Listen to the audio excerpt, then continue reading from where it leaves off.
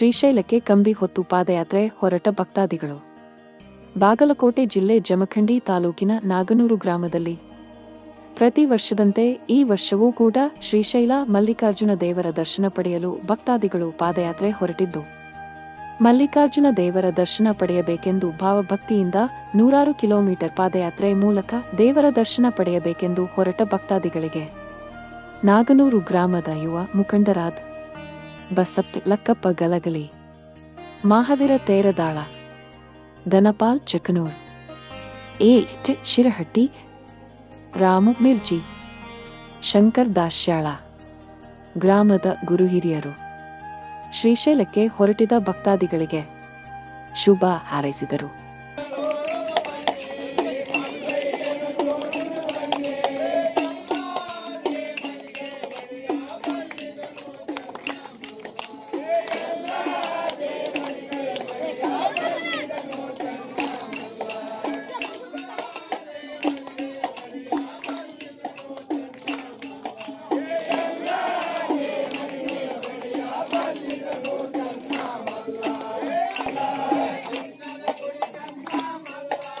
ಚಿನ್ನದ ಗುಡಿ ಚೆನ್ನ